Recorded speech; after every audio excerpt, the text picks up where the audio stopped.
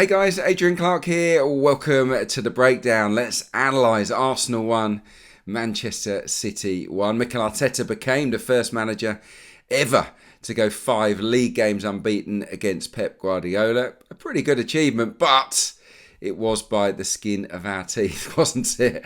A late equaliser from Gabriel Martinelli. Deserved, in my opinion, but was it 1 point gained or was it 2 points dropped? We're going to get stuck in to everything that we possibly can in terms of analysis over the next few minutes. Let's start, shall we, with what I think is a really interesting stat, and it's around work rate. This was a physical test against really robust opponents who came to North London prepared to give everything, to run their socks off for Guardiola, for the badge, and they made it very difficult for Arsenal. Here are the numbers. 121.46 kilometres run by Arsenal, 121.05 kilometres run by Manchester City. The combined amount, 242.51 kilometres, is the most in any Premier League match this season. Now wait for this. It's 4.41 kilometres further than the next game, which was Leeds-Newcastle in second. And wait for this, it's 13.82 kilometres further than the third placed game on the list, which is Wolves against Leeds United. Both sets of players worked incredibly hard. I mean, Rice and Zubimendi put in the hard yards. Calafiori actually ran more than any other Arsenal player, 12.5k. Rodri and Bernardo Silva both covered more than 12.6 kilometres. It was really hard work. There's a lot of endeavour out there on the pitch. Sometimes the quality was lacking a little bit. The fluency of the game, certainly. It became a match that suited Manchester City and their approach. Very stop-start with a lot of fouls.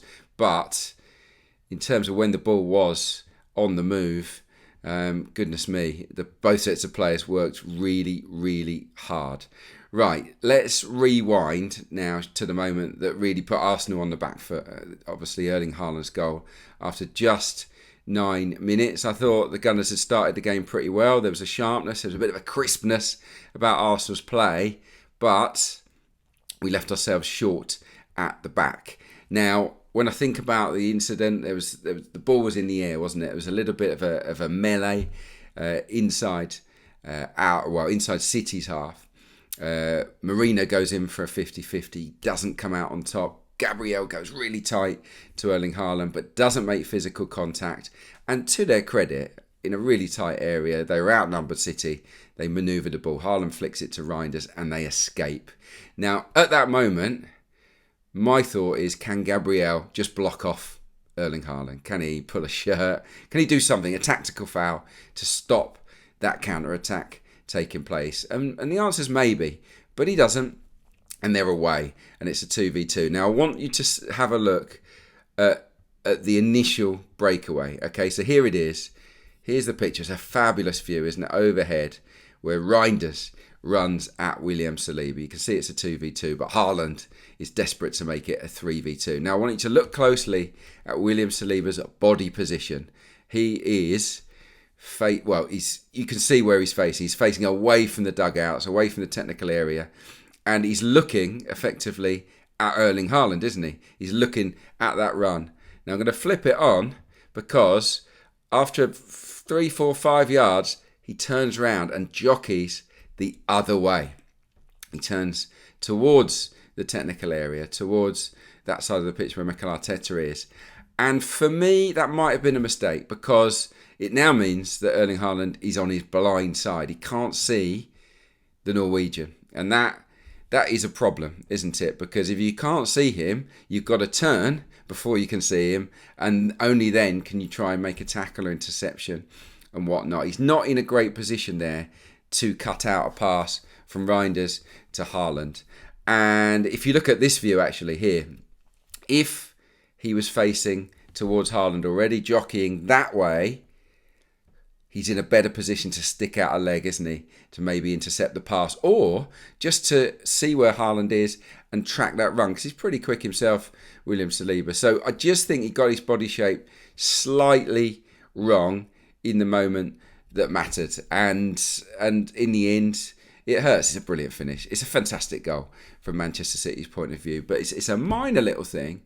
But I do think that just switching that body shape at that moment when he's tracking Reinders turns out to backfire, really. And from then on, City were always going to stick to a low possession, counter-attacking game plan. They came to grind it out. Look, they had 32% of possession in this game. It's the lowest ever shared by a Guardiola team in 601 top-flight matches. Quite remarkable, really. They had 8 touches in our penalty box, the fewest ever in the Premier League under Pep Guardiola. But they got a great point, didn't they? And they got a great point, Manchester City, because they defended brilliantly. And look, we can criticise Arsenal, and I will point out 1 or 2 things that we could absolutely have done better. But the bottom line is they did defend outstandingly well. Their off-the-ball work was terrific.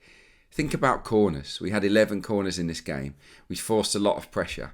And we're brilliant at corners. And I think the delivery on the corners was pretty good. It was always into the 6-yard box. Manchester City got the first contact on 10 of 11 corners. They defended that zone brilliantly. And you have to credit them for that. The only one that they didn't, you'll remember it, in the second half, Saka floats one to the far post, Trossard hits it on the volley first time, and it's blocked inside the box. Now, I want to show you a graphic here that's stunning, really, I have to say, in terms of the context of Manchester City and the type of team they are. Obviously, they've won the league many, many times. They're attack-minded. They're not used to having to defend their own box. Have a look at this. This graphic here shows clearances. There were 60 clearances from Manchester City in this game, 25 of which were headed clearances. So they dealt really well with our crosses. And that would be a criticism. I felt we went wide as a matter of course all of the time and put in a lot of sort of floaty balls, and no one really was in there. We got more bodies in their second half, but City were defending them with a degree of comfort, and I felt that most of our best moves didn't actually involve crosses. Their season average, by the way, is 23 clearances per game, and as you can see, 60 of them in this game. Pep Guardiola in the second half, happy to hold what they had. Of course, took off Foden for a centre half. In Ake, also took off Haaland for Nico Gonzalez, and basically went 5-4-1 or 5-5-0 in effect. And this is what it looked like, actually, for a lot of the second half. You can see there all those players behind the ball, and it's not always easy to break down those kind of teams, which brings me nicely, actually, to the team selection. Now, I spoke in the preview video of my hope that we'd go 4-2-3-1 with Ødegaard or Waneri, or as it turned out, maybe Eze in that 10 spot. Because it's a home game, because I thought that City's weaknesses were at the back. Not that they showed it in this game, but I felt that this was a game where we would be on the front foot, where I didn't really feel that City were going to come at us. Because we've earned that respect now. And they really didn't come at us. They played on the counter. So when the team sheet came in, I think there was a bit of disappointment from me and a lot of gooners out there that Mikel Merino was in there. Not because we don't like Mikel Merino. He's a fantastic player. Just because stylistically it changes the way that we play, the way that we move the ball around. And we did see that. And of course, going behind after 9 minutes, chasing the game, it quickly became apparent that we really did need that extra bit of creativity, that extra bit of guile. And thankfully, Mikel Arteta did go with that at half-time. And that was a bold move, wasn't it? He doesn't often make half-time changes. But he made the right one. He put Eze on at number 10. And I think all Arsenal fans were very, very happy to see that. Obviously, Madueke had to come off injured. But it was brilliant to see Saka come on as well. So a double change at the break. It did help us play through the lines. There were so many more line-breaking passes in that second half, either into Eze or other players, because Eze, takes players with him to create space for somebody else. They just had more to think about, Manchester City. Let me show you Eze's, or Eze, I should say. It is Eze. Some people have been saying it's Eze. Well, I've been told by the club that it's Eberechi Eze, and that's how he wants it pronounced. So I'm going to stick with that. Here's his pass map.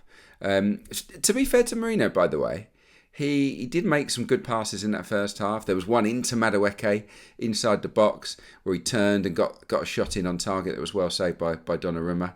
But he did get caught in possession a few times as well, and that was an issue. And that's something that didn't happen so much with Eza. Here's his pass map. What you'll notice the difference here is there's a lot more forward passes. I didn't show you Marino's, but there's a lot of sideways there with one pass into the box. Well, here you've got several forward passes into the final third, be it to Saka, in behind to Jurriën Timber. He fed a couple of balls into, I think, Trossard as well. Inside the danger zone, he just added that little bit of quality and bravery that maybe the team were missing, because there were so many sideways passes. We were really, really patient, but he was able to break that back line better than Marino. And if you have someone in that hub, in that central area as well, between the lines, and it was really clearly defined, he was on his own in there. What it does, when he gets the ball, it drags one of the back four out. And that is when you can then free up somebody else. You can, it's less easy to man mark all of our players than just going wide straight away. So you go into the centre, it drags someone with them. Someone's got to go and close him down. And when that happens, it means there's more space for somebody else. And we saw that in the game. Now, it wasn't all bad. Like, I got frustrated. I'm sure that a lot of people did as well in terms of the patience, lots of sideways passes. I was saying on commentary, can we be braver? Can we cause a little bit more chaos? And we could definitely have improved on that. We could have been better. But having rewatched the game, I did see some good midfield rotations. I really did. Zubimendi was pretty advanced at times in both halves. He went and took up positions that you wouldn't expect him to. It was better on the second watch, I have to say, than the first. Now I want to show you some forward passes that really were excellent in the game. And from all of these, something happened. Pretty much, when I looked at this game back, every time we did make that forward pass into another midfielder, into a forward, something happened. We created a chance, or we won a corner. It really did make a difference. It was a better policy than going wide and crossing the ball. This is a great move here. Saliba into Rice. He plays it one touch around the corner to Gyökeres. Marino comes in off the side and plays a lovely through ball for Trossard, who's on that far side there. Makes a really good run. The pass is slightly overhit. Trossard doesn't quite have the pace to get there, but it's lovely football, and it undid Manchester City. And Calafiori, of course, he was here, there and everywhere, as you might expect. Look at him here. He starts off in central midfield, peels just to the left of centre, and Declan Rice plays that forward pass. And from there, I think that he released Trossard, and Trossard had a shot. It was blocked out for a corner. It's a forward pass that makes things happen. Here's Zubimendi from Gabriel in the first half. He identifies there's a little pocket there in that hole between their defence and their midfield, and he makes a really, really good run into it. And Gabriel sees it, he plays it, and from there, Arsenal create a really, really good attack and make something happen. So whenever it did occur, we were bold enough and courageous enough to play the forward passes. We definitely caused Manchester City problems. Right, let's talk about our equaliser. What a goal! What a finish! Unreal piece of finesse, wasn't it, from Gabriel Martinelli? His second fabulous goal inside a few days. But I want to rewind it a little bit. So in case you can't remember how the goal came about, City tried to break on us. They committed 3, 4, 5 players to an attack. And there is a tackle here that I'm going to show you from Declan Rice that is brilliant. He's 25 yards out from our own goal. He slides in. He makes a fantastic tackle. Now, the ball goes loose. It's a bit scrappy. In goes Calafiori. Big 50-50. Gets hurt making the challenge, actually. But the ball spills out and we get the ball. And we get the ball with City players ahead of the ball. There's 1 or 2 passes. They aren't set. All of our players are in really, really unusual positions.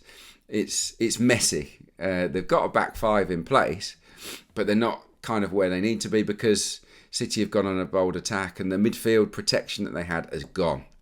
And now I'm going to show you the ball goes to Eza, and this is the freeze frame of the pass. Just look, Saka's on the left wing. Martinelli's on the right, but has come in to play as a second centre forward. Look where Zubimendi is. He's up front as well, occupying a defender. Gyökeres is offside, but he's out of the equation. He's not involved. And it's a sublime pass from Eberechi Eze. A sensational first touch from Martinelli. And then the flick finish is just gorgeous, isn't it? So we did take advantage of that one time where they kept the high line. There was once in the first half and just once in the second half. And we did take advantage of it. So credit Eze, credit Arsenal, credit Martinelli for seeing that the run was on. And absolutely credit him for the finish. What a goal it was. Some moment. So what really are the big learnings here, I guess, is how we should draw things to a close. I think, can we start more home games, even against the tougher sides, with a team that can that's a 4-3-1 with an Ødegaard, with an Eze, with a Nwaneri as that link player, and just back Rice, Zubimendi, and the back four to handle it, and just say, look, teams are going to respect us. We don't expect them to come at us. They think we're not good enough to break them down, so let's go and test them. Let's go and out football these sides, rather than worrying maybe about our fragility when they come at us. Because let's face it, we had a really muscular midfield. They didn't win the physical battle in that little melee. We lost it, and City scored. By the way, Calafiori for that goal had motored on down the left and cut the ball back, so that's why he was out of position. So, going with these more cautious selections doesn't always make you more defensively robust. Can we be better at pulling low blocks out of position? Can we rely less on crosses? A lot of crosses. I did think that Madueke and Saka were actually outstanding in the game. Both of them were absolutely superb. But did we ever really look like scoring from one of those crosses? Not really. Not in my opinion. We never really found a man, did we? One or two half chances, but nothing more than that. So can we go down the middle a little bit more? We also learned that Saka he's been out for a bit, but he looks sharp. And we had another reminder, didn't we, that Martinelli is an absolute gem when he comes off the bench. I mean, he won't want to be a sub. Of course he won't. But when defenders are tiring, and if he's willing to go and take up positions that are really unusual inside and look to make those runs in behind, he's going to get a load of these goals, isn't he? He is a massive, massive threat. So, yeah, quite a few learnings. I think in conclusion, in my opinion, a draw was a fair result. I think that Pep Guardiola's tactics did work. He came to sort of shut us out, and by and large, it worked. Even though we won the shot count, we didn't create really very many big chances. There weren't any glaring misses, were there? So I think that he got it right, even though he's going to get stick for being very, very defensive in the second half. I think by and large he got it right. We didn't really, in truth, open them up. We didn't do enough to get 2 goals. So yeah, we deserved the point. Of course we did, because we put pressure on them. And it wasn't a poor performance by any stretch. But did we really do enough to hurt Manchester City? I don't think so. So look, next time we play a big boy, maybe it's Newcastle away next weekend at St James's Park. Can we go into it potentially looking to out-football them, rather than worrying about what they might do to us in midfield or what type of game it could be? Newcastle, we know it's going to be rough and tumble. They're going to look to be aggressive and make tackles and knock us out of our rhythm. We know that. But can we get maybe an extra ball player into that team to just play around them and play through them and out-football Newcastle, rather than being drawn into the type of game that they want to play? That, I think, is a big learning. I want that player that links the midfield and the attack. And look, if these opponents want to give up the ball and say, come on, come and break us down, let's go for it. And let's just be better at that, shall we? Right, I think that's enough in terms of a breakdown of this game. I hope you enjoyed it. Thank you for watching. Please do like, subscribe and all that jazz. I will be back, I imagine, maybe on Thursday to analyse the game against Port Vale in the Carabao Cup. I'm looking forward to watching a few other players, fringe players, get some game time. Should be a really, really interesting game. Hopefully we navigate the test okay.